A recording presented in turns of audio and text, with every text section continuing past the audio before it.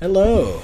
Welcome to the Tabletop Call-In Show. It is a internet show where you call in and talk to us about tabletop stuff. You can ask us questions, you can drop some knowledge on us, tell us about a cool thing you had, whatever you want to do. And we're going to be here to talk about it. I am Adam Bell, and I just noticed it's quite dim because my light is pointing in the wrong way. That looks not quite better. Who are you, Jeremy? Hi, I'm Jeremy. That's it. You can find me at JeremyH5 over on Twitter, host of the Draw Your Dice podcast. It's a great podcast. I have to get used to saying that so that I get people to listen to the show. Maybe there'll be a watch mode in the future. I don't know. Yeah. A live read. Yeah. How you doing? How's life treating you? Good. Had some interviews, playing a lot. Still playing Monster Hunter Rise, but I beat the game, so now I'm just cruising until we see the next update. And working on something for Tech Jam, run by the Brain Trust, Adam Vass and Will Yobst. So Ooh. it's gonna be some sort of like campaign planner / like narrative structure dissection situation. I like that. Yeah. Just to help those new campaign GMs out there. Show them that they can get a whole good 3-year campaign into 12 sessions if they really tried. You could, yeah.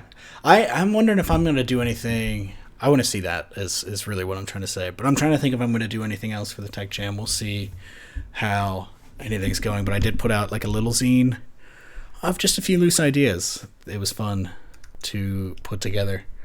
But yeah, I've been continually in a rut on actually like productively making the things that I would very much like to be making. But I feel that. Yeah. I'm off this coming week. I don't have any work, so hopefully that will recharge me, and by the middle of the week maybe I'll be doing stuff. But I won't push it because Maybe we should do some co-op design sessions. Just get in a room and start talking. That's a good idea. Yeah, I'm down for it. I'm here. I'm here to hug. Yeah. All right. That's a plan. Yeah. I'm going to be on hugging and designing. I'm going to be on Spencer's stream on Monday. Spencer Campbell, Gila RPGs. Yeah. I kind of understand what's going on. But I know he wants people to make things in Lumen, which is a new system that he's working on. He's got all these good marketing ideas, such as brain. Hey, He's got a powerful brain. just bring people onto my stream to make stuff out of my shit while I watch or whatever. Hey, I'm into it. We were chatting about how it's like an excellent adaptation of like, because Troika Fest just happened. I don't remember exactly how long it was supposed to go on, but it's like an excellent idea as like a festival format. Just have like a bunch of streamers on, or streamers or personalities or celebs or other designers, and just like, hey, here's my SRD product I'm making for this. Let's just bust out a hack right now, like live in an hour. And I think that's cool. I'm into it. I'm gonna try to emulate the game Helldivers. I'm gonna see if I can make a Helldivers RPG. Have you ever played Helldivers? No, I don't know what that is. It was like a twin stick shooter with a similar. I've never seen Starship Troopers, which feels like probably sacrilege, but a similar humor to that of like, here's this Earth civilization, and they're very. They're bad. But you're part of the Helldivers who go and like kill all the aliens, and there's a lot. It's a really good game because it's like a 4-player co-op, and like whenever you want a power, whenever you want to like bring in a new gun, it gets dropped in from orbit, and it might land on you. And friendly fire is always on, and like it's absolute chaos. And if you're not good at it as a group, you're just killing each other constantly. And then reviving each other, which you also get sent in from orbit, which it might land on you. Very good. Oh, shoot. Oh, bye, Jim. I was going to revive Jim, but I guess not. On a quick follow-up, hey, everyone. Yeah, that's here in hi. the chat. I'm interacting with you in words. Thanks for coming to the show. But you gotta come in and call in. You can't see my screen. It's What the if I bot. screen shared during this? I'm not doing that. It's gonna break a lot of things. But I'm highlighting that it's a call-in show, and so it doesn't work unless you call in. I'm circling it. You can't see this, but I'm circling call-in show. Uh-huh. Oop, I got some call cues. I see some grand entrances. Uh-oh. We do have a Yeah, caller. It turns out do. bullying works. That's a that's a lesson for the kids out there. I'll give you. Don't tell Keegan that I stole their brand. Excuse me. I'm gonna bring in Discord user Gay Halfork, friend of the show, John. Come on in. Hey, thanks for calling the Tabletop Call-In Show. Who are we talking to? Uh-oh. Hello. Okay, Hi. I saw your mute icon come up, and I was like, No. that's the opposite. What's Yeah, I happening? didn't know. Yeah, I was frantically trying to mute the stream. Hi, I'm John Geary, also known as Gay Halfwork on the internet, and longtime listener, first time caller. How are you Ooh, doing, everybody? good. I think that's the first time somebody said that it actually applied. Yeah, We got wasn't a a bit. we got a lot of that first episode, but not a real one. You're a real one, John. I am the real one. Yeah, that's true. Well, how's it going? So Nope. it's going well.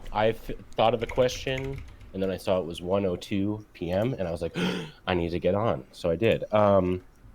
So I am. I've mostly designed either more like traditional, like role-playing game stuff, or like lyrical sort of more abstract games. But I usually tend to like shy away from numbers games. But at the same time, I have become sort of stagnant in my design, so I want to try something different Ooh. to sort of get my juices going again. So Hashtag juice. I've decided to try to design a war game because that's like a big part of games that I love. So my question is, do you have any advice for designing for a new type of game for the first time? Because I know, Adam, you've done... I'm gonna dox you here a bit. You've done board game design in the past, I think. Yeah, a little Right? bit. I've dabbled.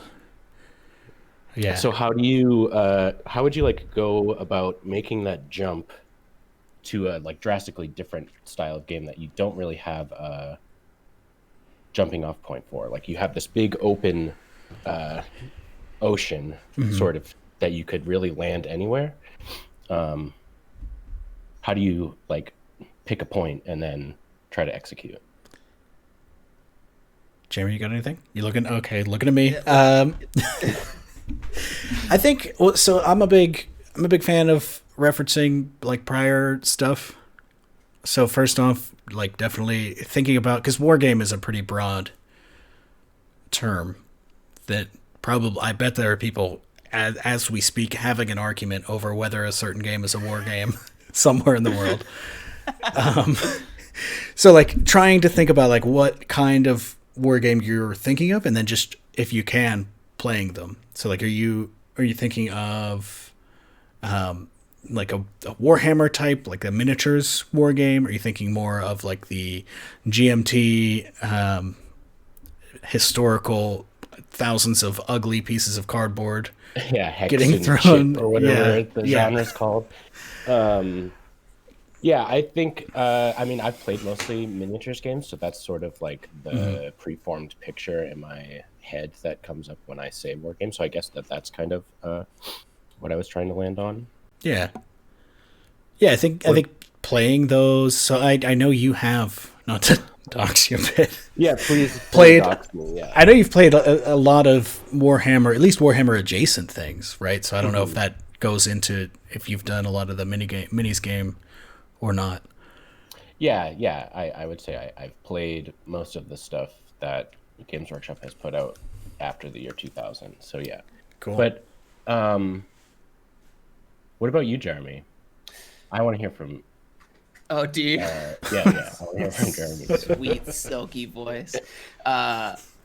With the rasp behind it. So, as we all know, I still don't have a public game of any form, but I think that my answer to this question would be to satiate some hunger. So, if I was exploring a new genre of like story, or if I was exploring a new genre of game or a mechanic or something, or like a more umbrella style mechanic, I would probably do like some homework for a week or so and just find some games that represent that medium or genre or mechanic and see what's been done and then sort of play off that. That's like, it's going to be a short answer because I don't have much experience in doing this particular thing when it comes to games. But for when I was thinking about novel writing, I would eat like a bunch of films and music and think about the environments and the characters that would live in that space. So my answer is to eat. Awesome. Simple one today. Yeah. Does that work? No. Yeah, I think more. I'll give you more. No, I think that's great. That's very good advice. Yeah. So like, the other half of it is to just do it and like, I mean, hope that there's a good chance that you will just do it and it'll be good. It'll be decent. It'll scratch your itch. But there's also a chance that it's not as good, but like doing it, I think that's really the only way is to make it not a new thing. Is just make something and like see how it goes, and then you got experience. You're good to go. Ooh, I know that Randy is in the chat today. Hi, Randy. You said hi earlier. Me and Randy had an interview. I think you might be interested in this, John. This concept of stage gate design. So it's basically an article that goes over the differences between waterfall design and agile design, which is like an iterative process, and then a slower iterative process and a rapid iterative process, and then StageGate sort of combines both of those things. I'll send you the article, and I think it might be something really cool for you to look at. Yeah, that sounds utterly mystical in the way that you just like sort of described it. So yeah, no, that sounds cool. Okay, well, thank you for answering my question. I think we came to a good point, and there's also now 3 other people in the queue. Yeah, and weird. I just wanted to get you out of the out of that. So yeah, thank you. Feel free to plug anything as you on your way out the door. Yeah, you can go to gayhalfork.games and you can check out all the games that I wrote. And yeah, I'm also on Twitter at that, but that's less important. So I will see you guys later. Listen to the Draw Your Dice podcast. It's really good. Let's get Jeremy and Henry. Goodbye. See ya. Thank you, John. John, just go check out Mindwalk. Go check out Sledgehammer. Those are amazing. I do want to make... I like the idea of trying to branch into a different type of game. I keep having ideas that would be better as board games, and then just like shelving them. But eventually it's going to be time to just get back into that.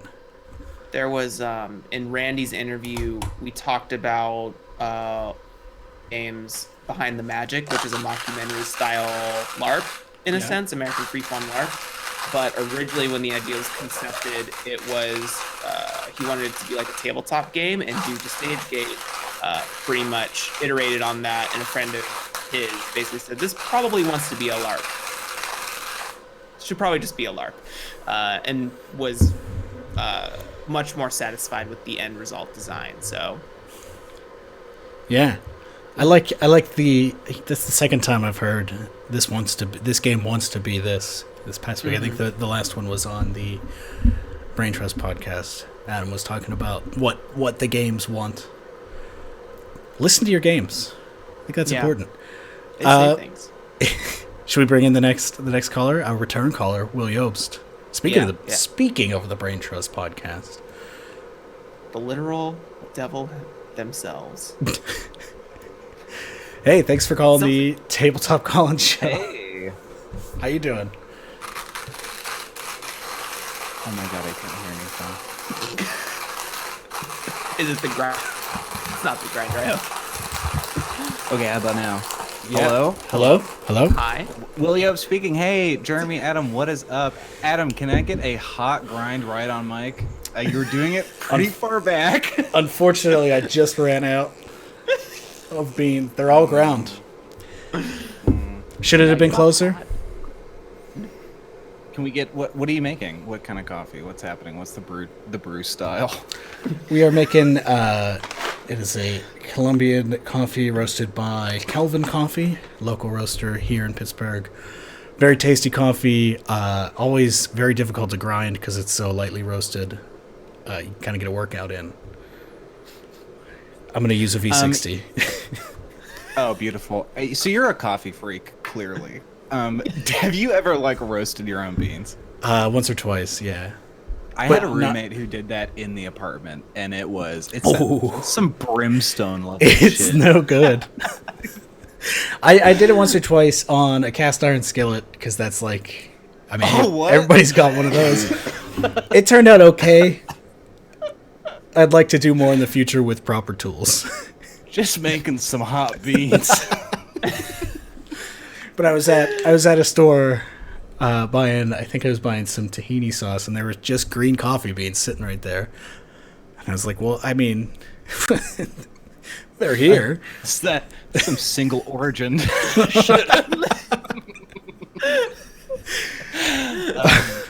Anyway, I didn't come here From Ecuador. to roast you like you did those beans in a cast iron. That must have smelled That's Will, everyone. Good night. Hey. I wanted to ask you both a question.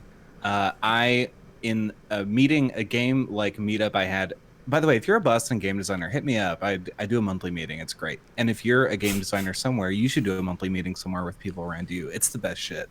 I realized out loud that 3 of my works in progress are post-apocalyptic, and they are the ones I'm working on the closest. How you doing? Am I okay? Yeah, are you okay? That's a great question. I know that Hug? I need something. Yeah, board gauge shoutouts. I just wanted to know if either of you have had that experience where a lot of your works in progress or things you're thinking about kind of coalesce around one genre or thing, and am I good? What's up? You're processing some stuff, right? I think. You want to? We'll process. I'll start this time. We'll alternate starting. We always get into this combat of who's gonna start. I'll Okay. just go. I love solar punk a lot, and now everything that I think of design-wise games involves exploring environments of ruined cities overgrown by moss and ivy, and we're making solar panels. There's just a whole lot of that in every possible. So you're totally okay. You just secretly fell in love with something. That's okay. Or you secretly fell in love talking about something. There's some good shit about walking through an overgrown city, right? Mm-hmm. That. Oof. That really hits different, you know? I think of Horizon Zero Dawn. I think about what was that game, that puzzle game that I played? It's not going to come to me right now because I'm live on the internet. But that's the worst. You're Happened talking to me about during a Chip's podcast challenge? literally 3 days ago. But yeah, I think you're okay. I love solar punk. I want to talk about environmentalism. I want to show the face of a better world, and so that is inking into literally all of my designs. Cool. Yeah, I would say I think it's natural, right? Because you just escaped from the core of a dying empire into its equally shitty neighbor. So the things aren't looking great in the world right now, I'll say it. And it's natural. What do you mean? Do we want to get into it? It's natural, I think, to fall into to have some thoughts about ooh, this might not be great. because if you're paying attention, you're right. But I think it's also good, hopefully, that if you're using this as an outlet to explore something, and not allowing it necessarily to take over. Like, I don't want you to go full doomer in your real life, and be like, oh, apocalypse is the only thing that can happen, because then it starts to be a problem. But if you're just like, hey, this is on my mind, and it's coming into the design, I think that's cool. I mean, good. So not going full Cormac on this one. Just when you this is not a place of pride. This role playing game. Yeah. I mean, the game I'm working on is about just full on revolution. So like, I get you, and that something's on my mind, and it's turning into a game. Well, cool. Yeah, I think I'm trying to make them like distinct enough in tone and play, but I just like had the realization that like, damn, this is some radiated shit I'm working through. We'll see. Anyway, thanks for the tips. That was killer. Good luck. I'm looking forward to all 3 games. I don't know what one of them is, at least. Torque. Well, yeah, we know Torque. We got Torque. Someone posted a mock-up of a gas barrel in the Brain Trust Discord, so I think that will be a new product that you can get Torque in. Print Torque on a steel barrel. 55-gallon drum of Torque. Yeah. It is, Gay Half-Orc in the chat, it is Gamma World's fault. It is 100%. Anyway, thanks so much. I'll go because the queue is burgeoning. It's burgeoning today. Wow. You can find me at will.ca. Okay, bye. No, you had so much more. What do you mean? Okay. The queue is burgeoning. That's the only word for it right now. I was worried at the start of this that today was going to be the day with nobody. And it's the opposite of that. Yeah. So, who is next in line? Looks like Sam. I think it might be Sam. Call Q. Hello. Thanks for calling the Tabletop Call-In Show. How's it going? If you can hear us. Can you hear me? Yes. Yes, we can. Yes. I hear you. Give me 1 second. No Absolutely. worries. We'll keep filling the air so that you can know exactly when you're hearing us. We got a nice drip happening. Yeah. Is that as close to the mic as possible? I can hear you now. Can you hear me? Yes, we can. Excellent. Good. This got some really nice wireless earbuds, but they are very finicky with Discord sometimes. Makes sense. Every time I get on Discord, I have to do the audio settings for at least a minute and shout through my microphone that I can't hear. Every time. Every time. Yep. Also, first time caller here. How are you guys doing? Doing good. Making some coffee. Good.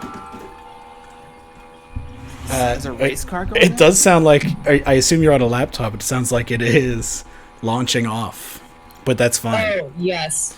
I will see if I can fix that. All Well, while I'm messing with that... The way my somebody that ran games for me a while back used to have this problem, and the way he dealt with it was to say, there is no fan. So, like, if you could try that.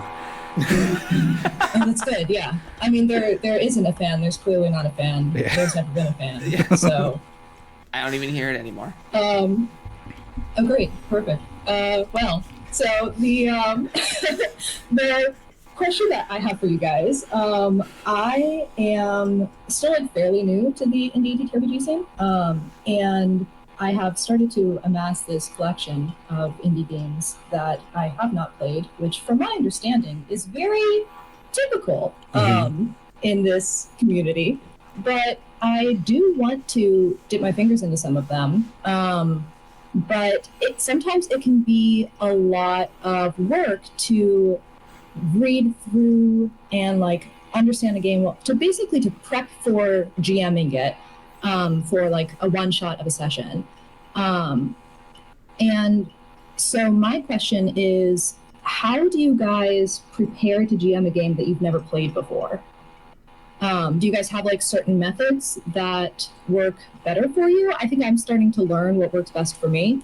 And I'm no stranger to jumping into GMing right away. I've done it for both D&D and Blades in the Dark, but still trying to figure out like what's the most efficient way to do it.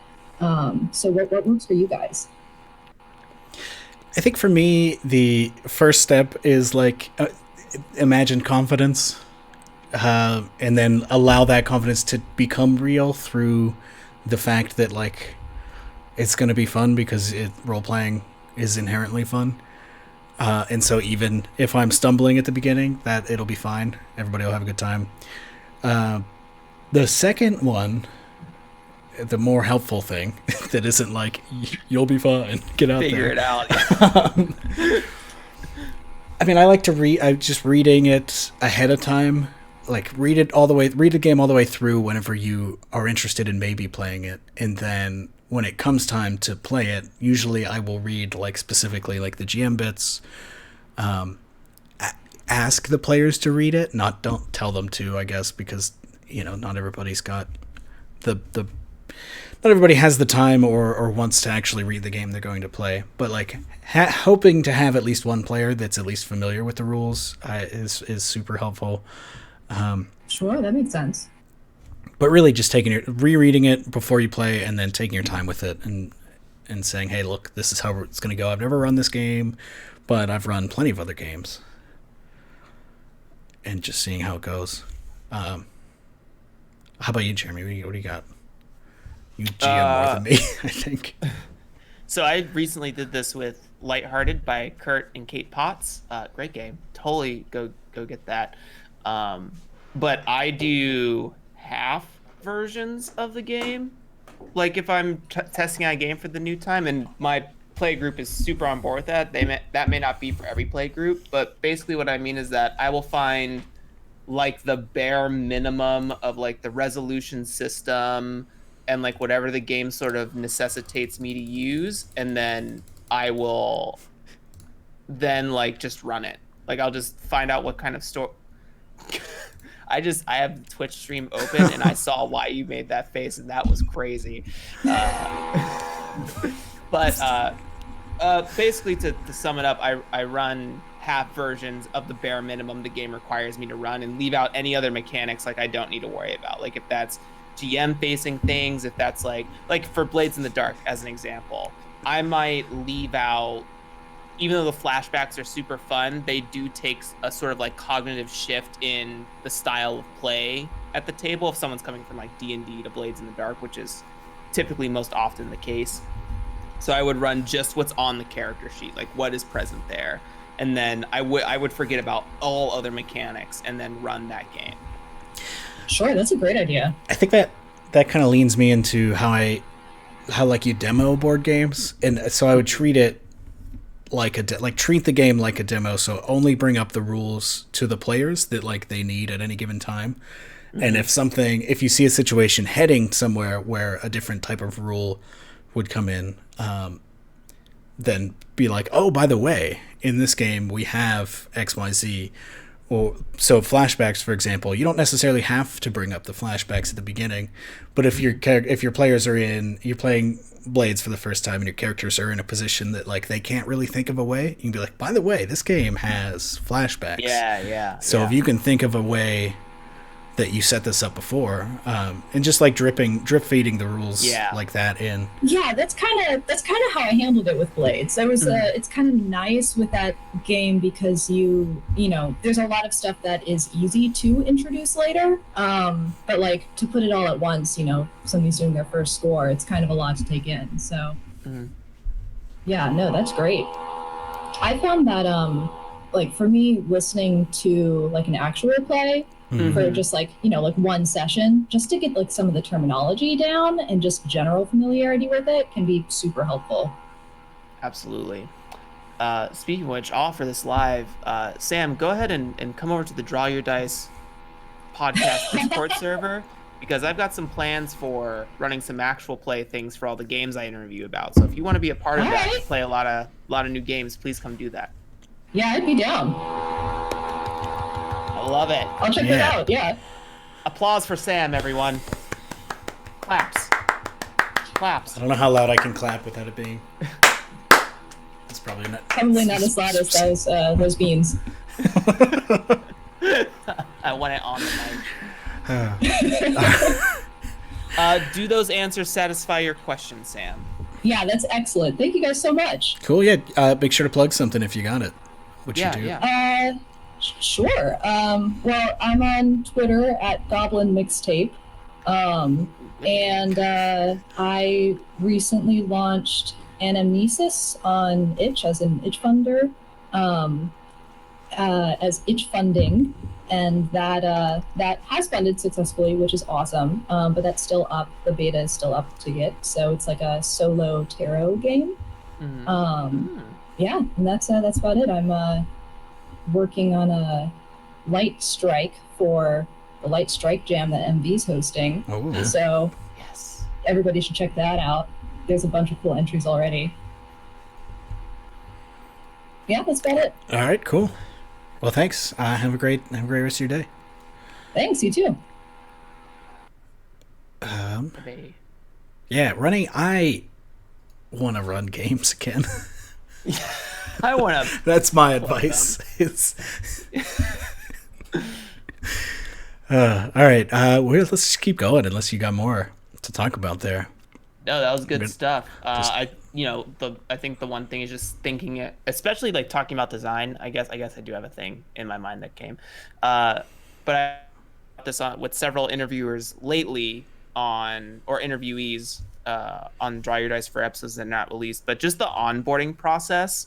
Like there are a lot of games that are made that make assumptions that you've been playing RPGs for like the last 10 years, and so there are some mechanisms that you are expected to already understand to make the game function, or to make that game function smoothly for you off the rip, and that's just not true, especially like in this phase of tabletop getting more and more popular by literally the day.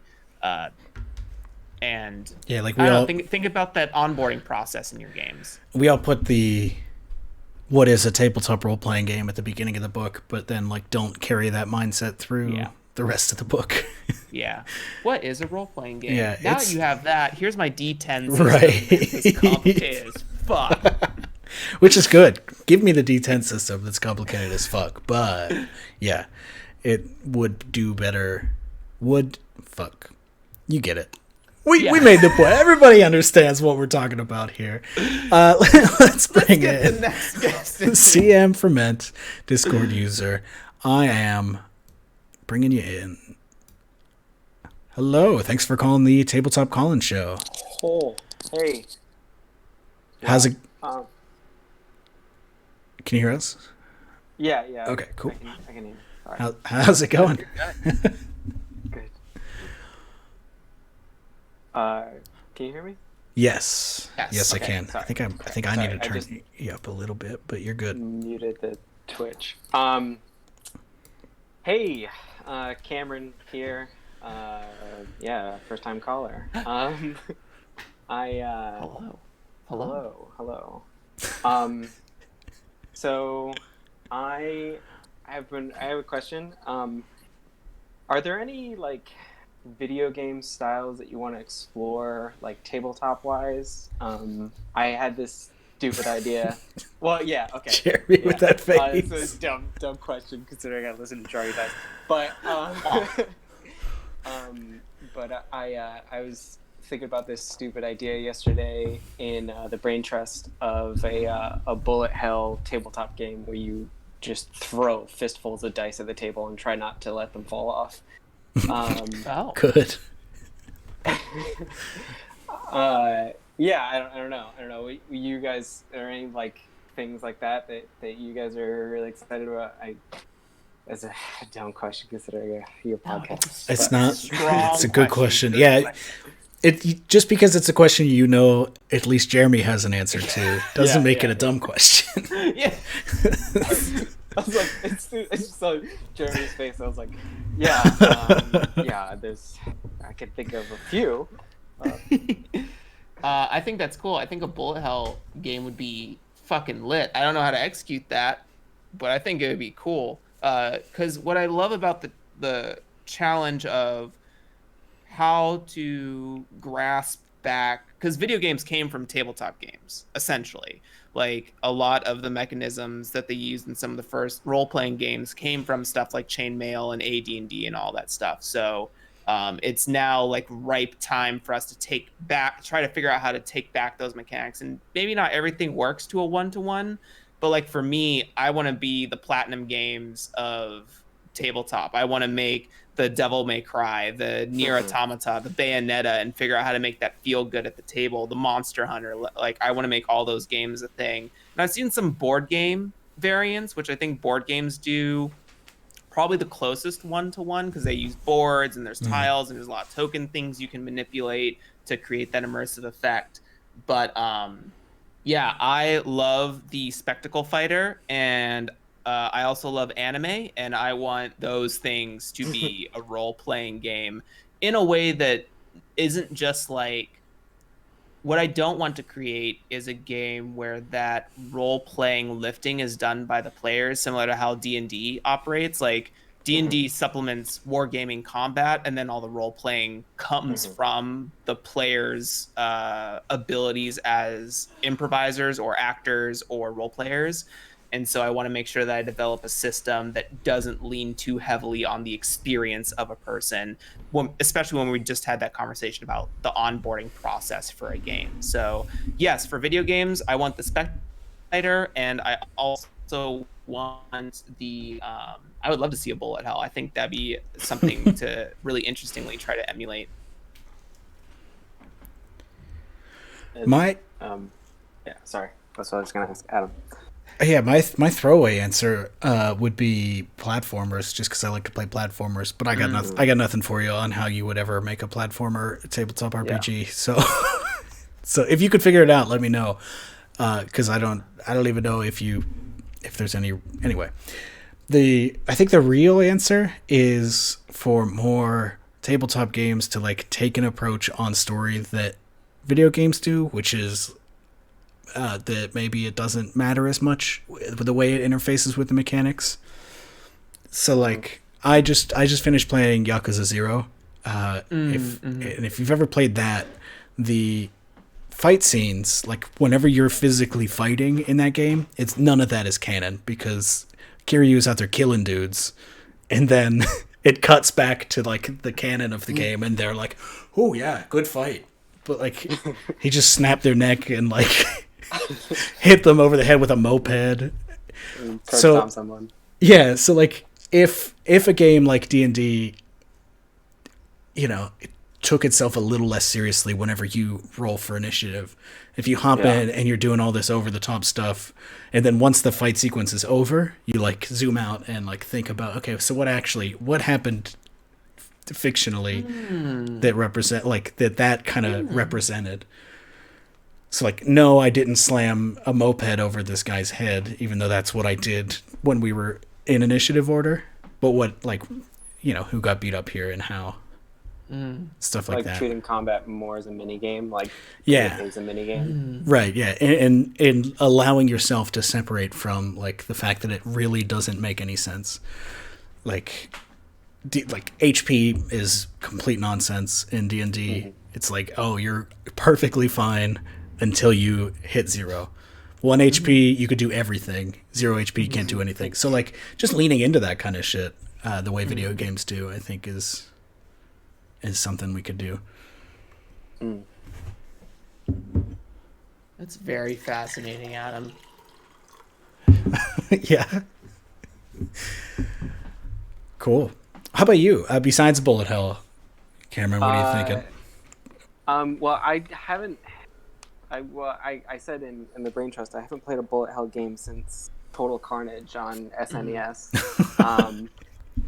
But so I don't play a lot of video games. I do. I guess like puzzle box games are like the same thing as like a point and click adventure. But I don't know. As far as video games go, you know what it really is for me is I hear my friends talk about video games they're really excited about, and I have no interest in typically no interest in actually playing the game, but I am interested in recreating the feeling of that game. You know what I mean? Like, what's the feeling of Dark Souls? Yeah. Can you recreate that in a tabletop experience and things like that? But I don't want to grind a video game, you know, Yeah, that's and that fair. stuff. But yeah, I guess that's kind of my feeling. I don't know. I watch a lot of Game Maker's Toolkit, and I'm just like blown away by all that Great cool channel. stuff. Great channel. Oh, for the Tech Jam, I submitted my idea that I took from the Nemesis system from the Shadow and Mordor games or whatever. And Does the copyright carry over? yeah, I called it creating an adversary. And the idea is, you ever played like D&D where you have like that epic NPC that just won't die, and you end up like role playing for that NPC? Like you give them a backstory. You're like, oh, this is Jeff. You know, he fell in with the wrong crowd. Blah blah blah blah. And then inevitably you kill him, and you just kind of forget about him. But like, what if you could take Jeff and you could let Jeff live, and he comes back to kick your ass, and he's got this like, you know, like it's Jeff with the Deathstalker blade or something like that, and just kind of this idea. And so I was thinking, my suggestion in that tech submission was, you are allowed to like create an adversary for your character, and you decide when they might come up again. You put them in the Wandering Monster table, or I call it a deck. And if they come up, you have to duel them, and you get experience for dueling them. And another player could get experience if they want to role play your adversary for you, and they want to take care of the advancement of that adversary.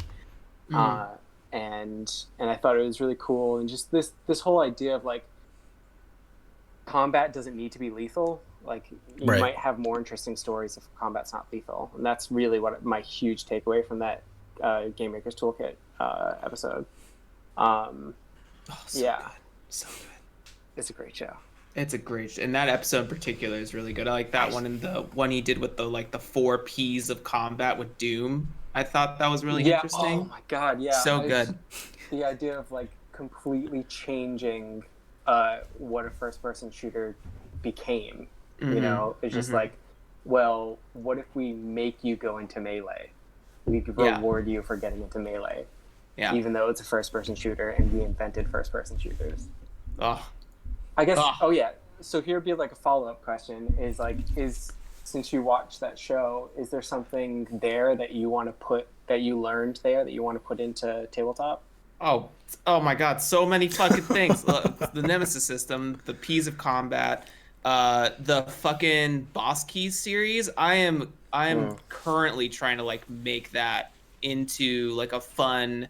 I think the thing to take from all of this, especially with what Adam said, it's like causing me to like, there's fruit being bared, everyone, and I'm grabbing the fruit and I'm juicing it, and I'm getting ready to taste the juice. Juice Nation. But I think there's something about taking away that seriousness of like the trad game, where like you're trying to through line and explain or canonize, I think is the term that would be better used here, the abilities that you're using for your character, and then weaving that into the story, like the channel divinities, the fireballs, and making that a thing. And I think there's something about taking those concepts and just mini gaming them, and then how the mini game went helps to inform the narrative. Maybe mechanically, maybe there's like mechanics off of that mini game. And I think Frame Mobile Suit Zero Frame, is that Mobile the game? Frame Zero Firebrands. Yes, Firebrands. Thank you. Yeah. Firebrands does really excellent things with mini games narrative. So I think that'd be a cool thing to explore for that delineation. Cool. Very cool. Yeah, it's. I mean, if there's anything else, would be that Adam, you chimed in the brain trust about my procedurally generated dungeon with a deck of cards. I've been working on that, and what I kind of took away from it, from our discussion, was like, well, maybe assembling the dungeon is the game, and you can fuck up assembling the dungeon, and you could get lost in there and die. Yeah. You know. I mean, then you're thinking you're getting close to like roguelike and roguelite stuff. No, that's like, what I wanted. I wanted a tabletop roguelike. Yeah. And sometimes you just get a bad, an unwinnable run. It happens, and it's fun. I mean, I like those games. This is a good game. Yeah. Every run's an unwinnable game when you're as bad at those games as I am. Anyway. It's an unwinnable game in real life. Yeah. All right. Yeah. Anyway, I'm good. Thanks, guys. Thanks for answering my questions and humoring me. Yeah. Thanks for calling in. If you've got any plugs besides the Creating Adversaries, which I'd like to check out after this. Yeah.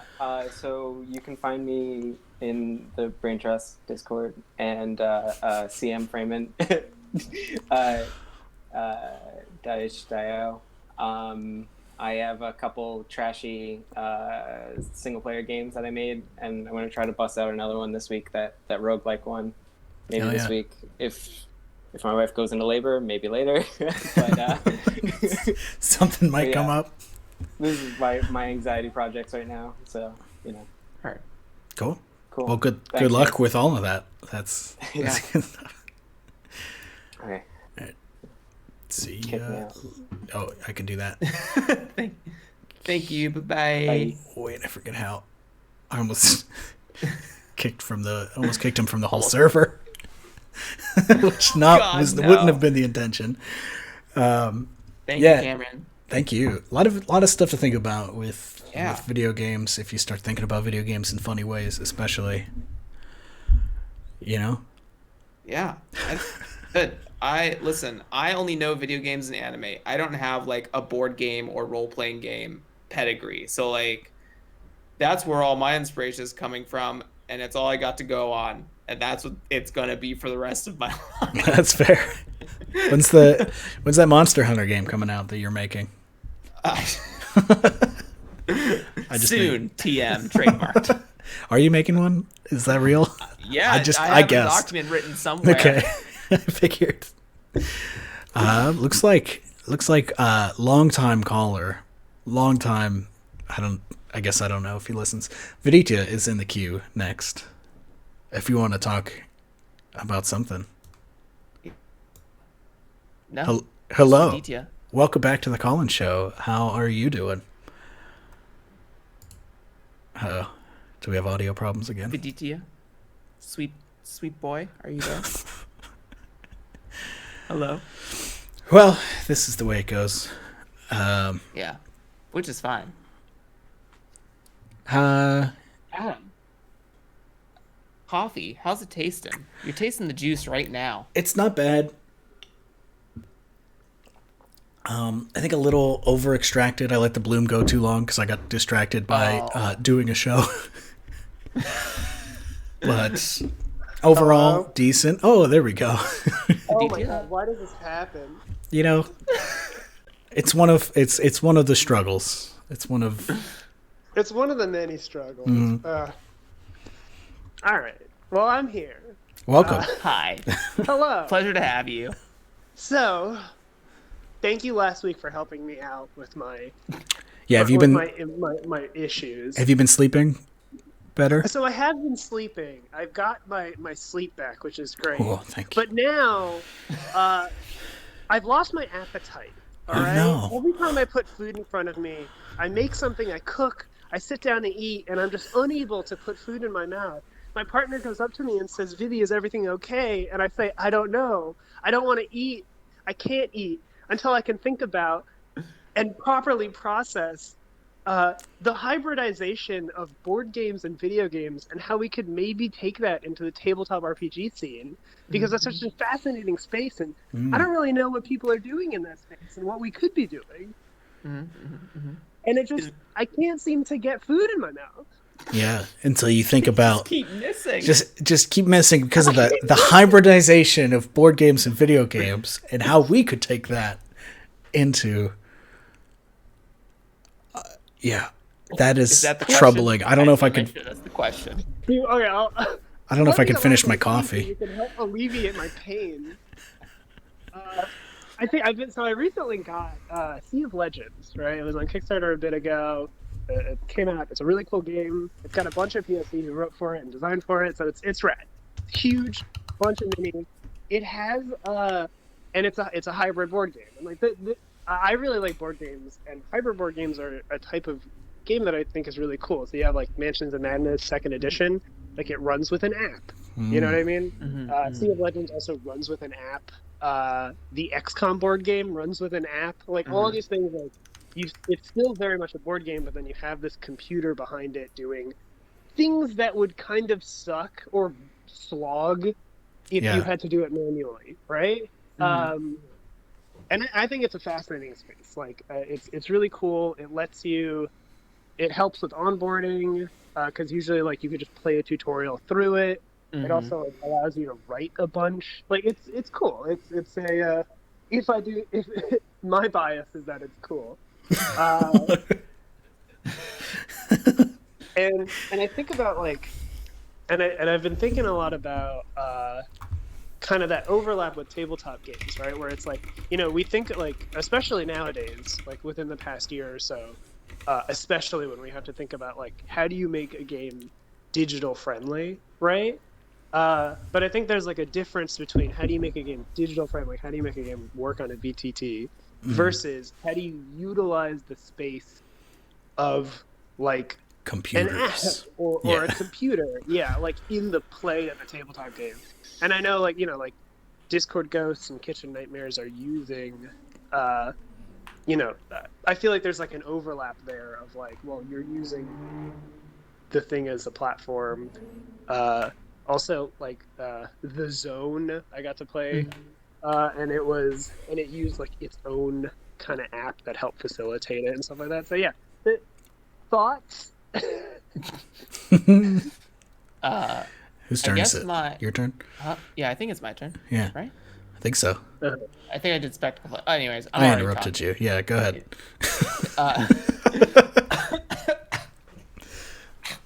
Spit. Yeah, I think one of the things to think about when it comes to exploring those spaces is the admittance that there's some things you can't emulate with just pen and paper and dice. I think that's the first step of that, in that maybe in the past it would have been something like, oh, that's impossible because we don't really have the tech for that. But when you're speaking about these and we do have cross role-playing board game-ish games, sort of like Werewolf is that. I think about Blood Under the Clock Tower is that. I think about lots of social deduction games have this like role-play board game element to them, sort of. But even like something like Betrayal on the House of the Hill, is that what that game? Betrayal? Yeah. Yeah. You could role play that if you chose to. It doesn't ask you to, but you could role play it. Yeah, you probably should. You probably should. It's better if you role play it, to be honest. But I think the first step is admitting that there are limitations to analog spaces, and then the other thing is just to cut out the resistance, maybe figuring out simpler ways to get people, because I think what this whole question boils down to is, why isn't there more of that? And it's probably because there's friction. There's a lot of friction to learning how to develop an app or how to construct, I don't know, a board, and those sorts of publication costs or manufacturing costs, right? Like those sorts of onboardings are not relatively easy. It depends on the person. Like right now I'm learning Swift language for like Apple devices just because I talk so much about electronic design that I want to add that to my skill repertoire, that development stuff to my skill repertoire, and get that machine learning going so that I can create an app for a game or for someone else's game. Make it reduce the friction basically. And the biggest thing, the second thing is friction. One, the admittance, two, the friction of the process, and then three, after that, I think that the world is someone's oyster. Like after that point, be like, oh, well, I could just create this app to GM for them. I think about like Alexas and Google Homes and how there are games, narrative games that are designed to play with those interfaces, and those systems could be very cool for like to remove the GM or to operate tables in that manner and create maybe a more atmospheric experience. Because I think in the show before we talked about atmosphere in terms of like music and things like that, like designing for music. I don't know if it was here or Draw Your Dice. The shows are starting to blur together for me, but like, you know, hey Alexa, let's start playing Blades in the Dark. Whips up like a Dishonored soundtrack. It can like flashback things, then you can sort of play off of that narrative. So I think that would be something to consider in that space, but it takes learning the technologies. Right. So here's what I'm thinking, right? What are dice except for tiny computers that generate a random number between 1 and X? They have one thing, but they're good at it. So when I start thinking about, what would a hybrid situation look like, it starts to look like, well, what the hell else can we randomly generate? Because the die is such a simple little computational machine, it can only give me a number. But a computer, when asked in the correct way with the correct many lines of code, can give you anything.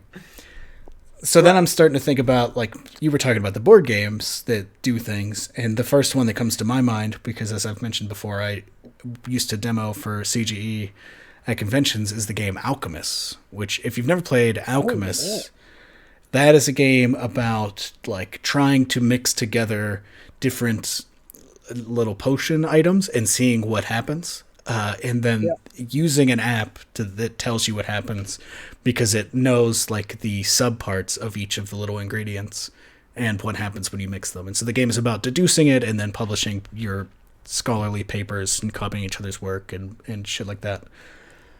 So then I'm immediately thinking, well, what if you had like a GM-less type game that is maybe a murder mystery, maybe some supernatural something, just some sort of thing where you can be generating things that you feed into the app, and then the app spits back like, oh, you're close, like that reveals this type of clue. And because it's computer based, like it can have a bottomless pool of things that it could give you. Because if you could make that game with a deck of cards, but then eventually you start seeing the same cards every time you play, and it gets a little old and crusty. But with a computer, not only dice are computers, but computers are just a bottomless deck of cards. Mm-hmm. Yeah. I mean, and cards are entropic design, and we can't introduce that into our games. Wait. Did you say we cannot introduce that? We can. What's happening? If you shuffle cards too much, then this is what's happening? What did I miss? I like what you're saying. I'm sorry.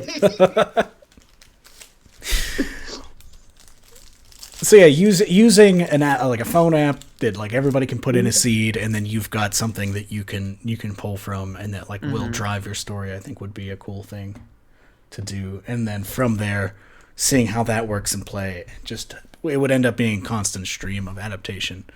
But all I really want from that is for whoever starts making those to please make them open source so the rest of us can learn from you. Yes. Yeah. Because, if one person makes a really cool app that makes a dope game, I kind of know how to code, but, like, I don't have any of the skills to, like, do something, like, that big from scratch. But I could probably adapt something, I think, which would be fun. Yeah. I could hyper-focus onto some code. Yeah. A week and get it done and then forget all of it. Literally don't remember how I got here. I don't know. I technically have video games on my portfolio, and I don't remember how I made them. I've never done Very it. good. Video game courses, and I did pass them. I don't know how. Those are events that occurred in mine for sure. I also wanted to point out this game Weave for the folks who may be listening, podcasting. I forgot about Weave. Weave does some interesting things with like what I think is useful is like campaign compilation for the GM through inserted information. So like for anyone who doesn't know, Weave is a game that you play with your phone. You have to buy like the tarot deck, and then you can initiate those things. But you could probably download those same images because they act like QR codes from the internet and just print them out and then play. So free game, and unfortunately, but get the game. The deck of cards are very beautiful. But what the game does is you basically QR code a card, and it brings up a list of options for both the character and the campaign. And then those things are fed to the sort of home room that lives on the GM's mobile device. And I think even that small instance, like for me, thinking about GMing is very helpful because instead of me having to like type in and compile that stuff, it's very like template-based data that I can just read off of and like absorb instead of like coming up with. So that's one instance of like technology into a role-playing game, at least for removing some of the cognitive production load that like a session zero or a workshop would have you do. I think that's a great example. I completely forgot about Weave, but I think like Weave is a great example of that. Similarly, like that cognitive load thing, I think like I, to be honest, I would consider Lancer a hybrid game because I think like its optimal way of playing is with ComCom because it alleviates that load. You can like easily parse information and it does a bunch of math for you. And in that same way. Yeah. You gonna be able to eat? Also, What's for dinner? Huh? I said, what am I gonna eat? Oh my god! I made some rice and some Indian food last night. That's what I'm gonna eat. Yeah, hopefully you can. Gonna happen. Yeah, hopefully you can stomach it now after talking this out. Yeah, thank you all. Thank you. Thank you. Anytime, we're here to help. I'll probably have another problem next week. We'll see. Yeah, I'm sure I mean, I don't want to look forward to your problem, but I do look forward to whatever you bring up. I just hope it doesn't come with some other debilitating situation for you.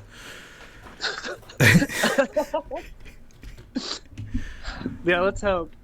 But really, this is just a struggle. Game design is a struggle. It is. It is. All right. All right. I guess I'll plug myself. Yeah, go for it. We're doing a terrible job signing you off, so you're on your own here. You can find me online at Benito Valetti, and you can find my games at benitovalletti.itch.io. You can also go follow twitch.tv/allnerdshere, where every week, Wednesday nights, we play Passion de las Pasiones. It's an Alban podcast. It's super cool and super fun. It's a sci-fi telenovela. And then also at 3 p.m. EST today will be Sunflower Sheep plays For the Dungeon. Puppets playing For the Dungeon. It's really, really fun. And you should go check it out. Also, make basic TCG cards, I guess. That's another one. Yes.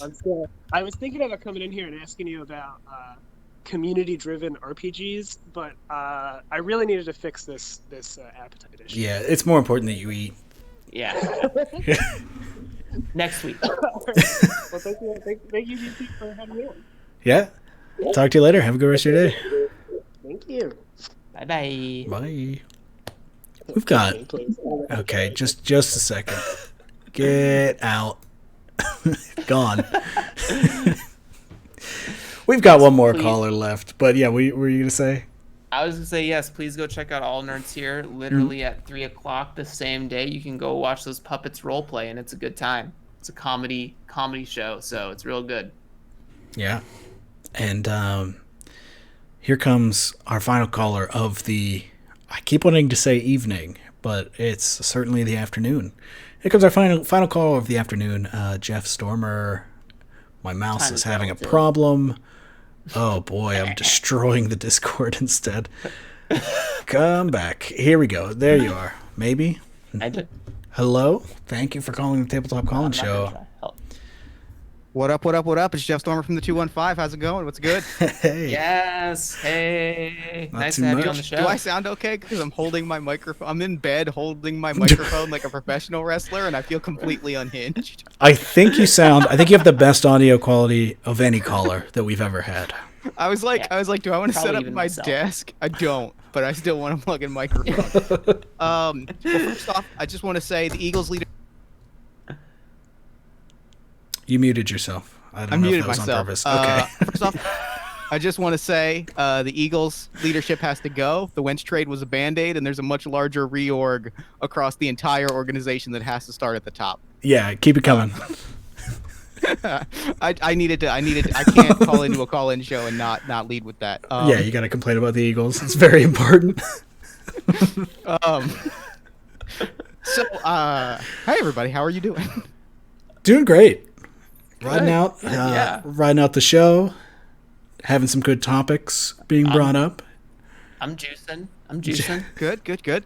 I wanted to call in because I was hearing, I was listening to Will's talk earlier about like designing games on the same topic, and as I am constantly at all times a parody of myself, I had some thoughts along that topic because I've been doing a very similar thing in my head, and I wanted to throw something out to kind of hear your thoughts on it. So I have this idea because I had kind of the same realization as Will, not around post-apocalypse stuff, but specifically I have like 3 or 4 superhero games that I've been like noodling on. And I was like, where I kind of landed was the idea of almost of like, not anthology is the wrong word, but like series games, for lack of a better way to put it. Like I'm thinking specifically of this idea of like make 3 or 4 or 7 games like Park Chan-wook's like Vengeance trilogy, right? Like the Old Boy, where like you make all these games that are on the same topic, and they're these sort of standalone things that if you play them all together, they kind of like have a conversation with each other.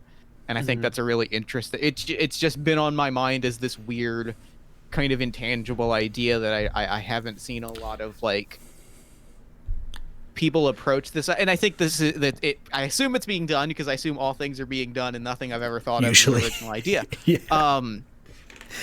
But this idea of like I have 4 games about superheroes, right? Or I have 7 games about superheroes, or I have 3 post-apocalypse games.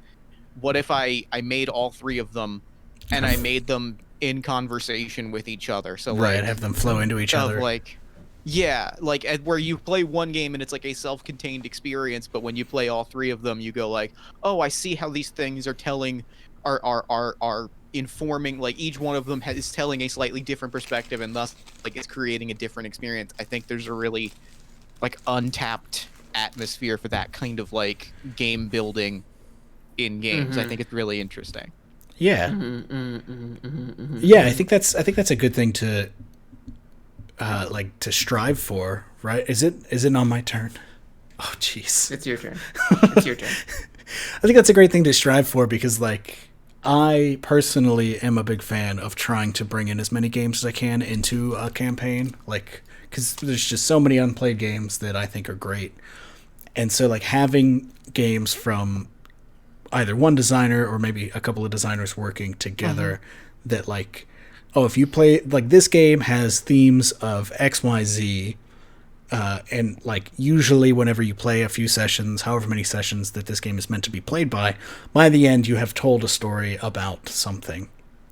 And then like this other game is great for telling stories about what happens after that type of something. And I think that there's like a lot of potential there, but then also like you were saying with different perspectives, there's also potential for like this is a game about like the main superhero fighting a thing, whereas this is a game about like a down on their luck type superhero.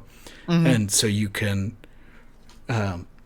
play both of these kind of at the same time almost, where like the world is shared, but like we're seeing what's happening, what all the people know about, and then we're seeing what this person is doing and like how those affect each other, kind of thing.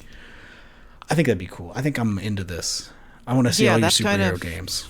That's where my head was at specifically, because I did Anyone Can Wear the Mask, which is like a Superman game about like a big damn hero doing like hero stuff, and then I'm writing Dominoes, which is like as far from that as possible in that it is specifically like Batman or like, you know, low level, no powers, vigilantes barely scraping by.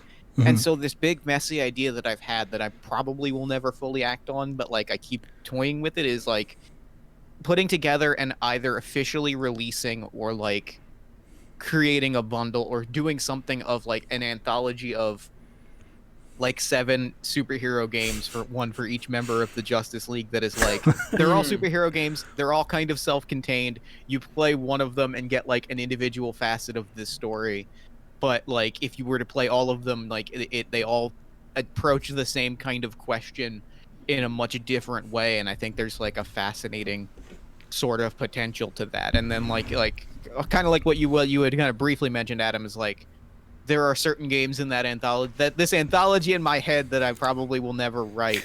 There are games in that list that like I'm not the person to tell that story.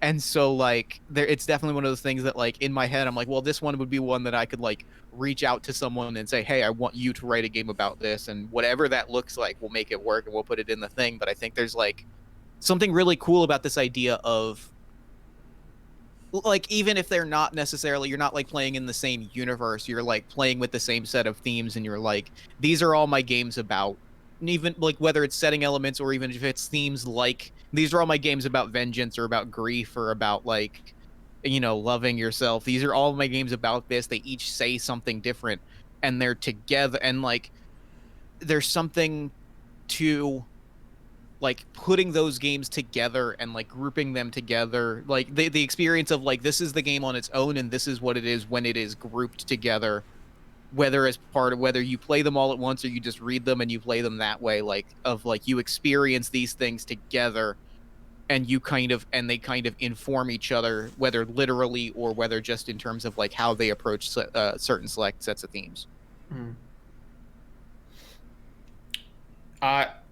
I think that when you talk about this, the first thing that I kind of thought about was manga, actually, because I think about how some creators make offshoot mangas about different characters in the world, and basically this thing that keeps like repeating in my head after you talk about this is like a universe builder series.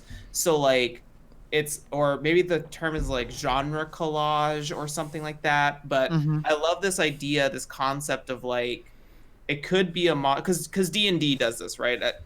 Unfortunately it's something to bring up, but like when I think about the Rise of Tiamat and how that has you start basically in the southern portion of Faerun, you could run like a linking campaign that's like Rise of Tiamat, take yourself to Waterdeep. Spoilers for Rise of Tiamat, I guess, if anyone's still playing D&D 5e and listening to this show.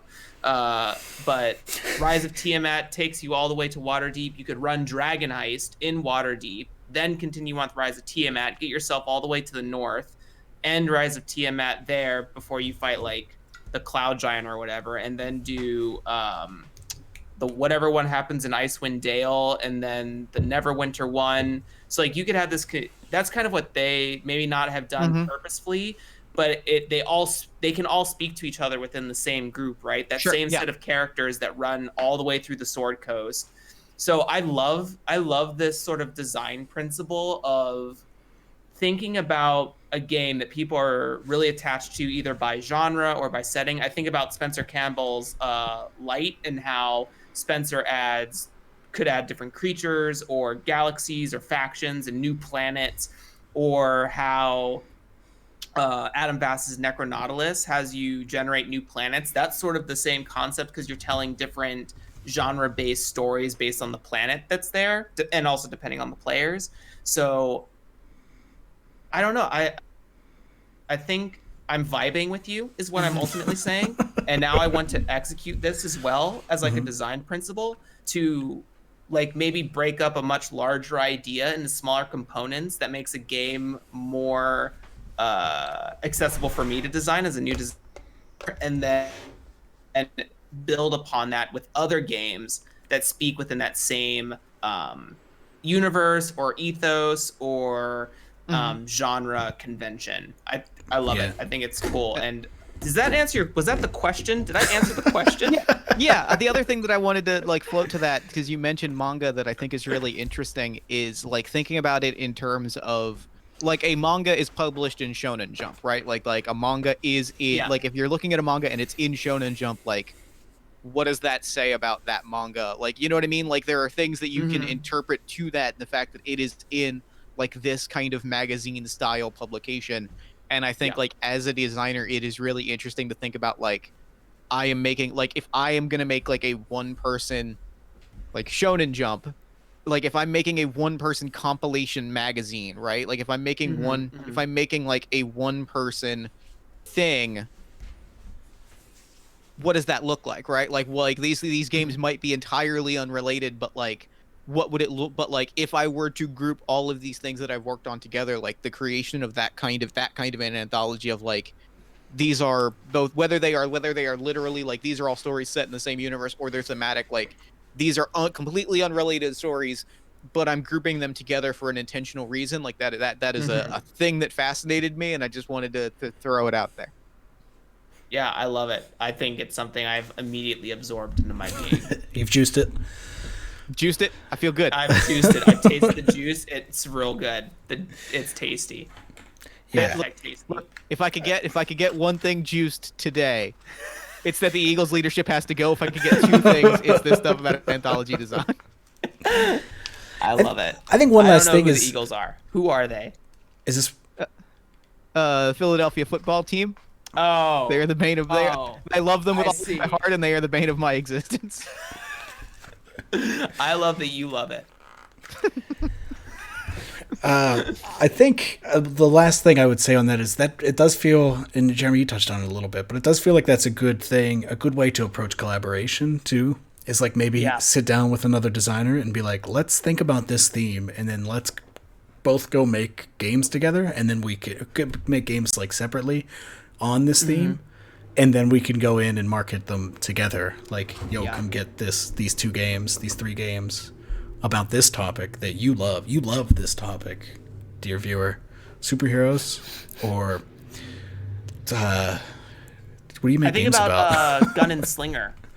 How you could tie Gunslinger, Sword and Breaker, Demons, sort of with, because they all operate off of the twist, right? Like they're sort of.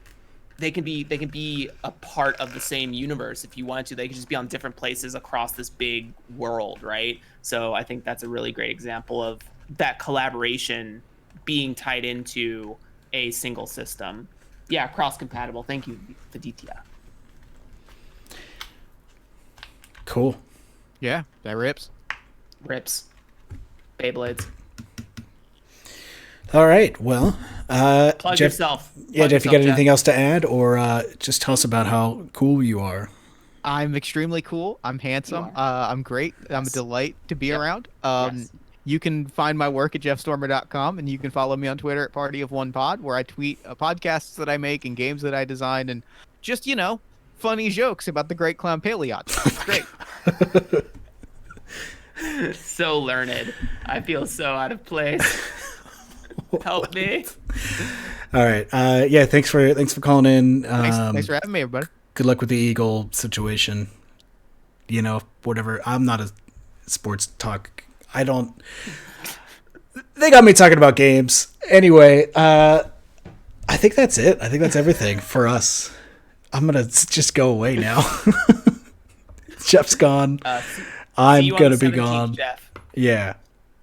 Are you interviewing Jeff, or are you playing a game with Jeff? Because it could be interviewing for finally. So thank you, Jeff, for being on the show. Yeah, that'll be good. Jeff's got a lot of smart things to say, so I'll be listening to that episode. All right, Jeremy, that was the show. Today was pretty packed with callers. Yeah, that's fun. That's always a nice one. Thank you so much, all the callers, and everyone who's been participating in the chat. beautiful stuff is going on in there. Make friends, add people on Twitter, put them in your Discords, right? Uh-huh. Go to their houses. I don't know. Figure it out. Fucking figure it out. Yeah. And that's going to be it for us. I have been Adam Bell. I will continue to be that. You can find me on Twitter at AdamEBell. Follow me there. Go look at my games, adamebell.games. Follow the show at Tabletop Callin on Twitter, where you'll hear. We didn't get to any of the Twitter questions today because everybody climbed in. But every week we ask for questions for the inevitable time when there's nobody that wants to talk to us. And yeah, subscribe here. Subscribe. Yeah. 5 stars on YouTube. Nope. That's gone. 5 stars on iTunes. Jeremy, who are you? Hi. Sign us Jeremy out. Get us Gage. out of You here. can find me at Jeremy Gage 5 over on Twitter for the Draw Your Dice podcast. You can see my bio tweet that will lead you to the red circle link that will allow you to listen on your favorite podcast distributor. You should definitely check out the Tabletop Call-In Show. Really, if you're on YouTube, like, follow, and hit that notification bell so you can get all the latest updates. Here, follow, subscribe to Tabletop Call-In Show so you can be notified when we go live. And give us that 5-star review over on your favorite, like I said, podcast distributor for your podcast listening needs. Really crushing it compared to my mess. Crushed it so hard you're frozen now. Oh, you're back? We're leaving. Thanks, everybody. You heard all that.